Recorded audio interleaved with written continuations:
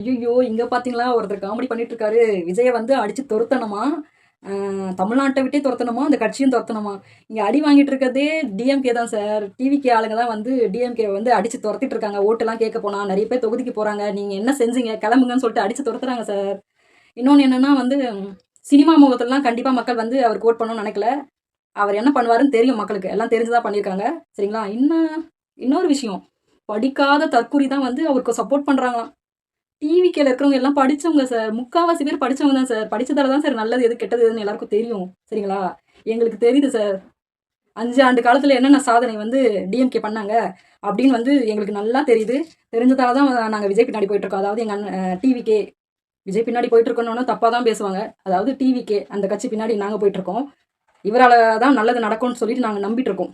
தமிழ்நாடு வந்து அஹ், அதிமுக திமுக அப்படின்னு மாத்தி மாத்தி பந்தாட்டு இருந்தாங்க தமிழ்நாட்டை.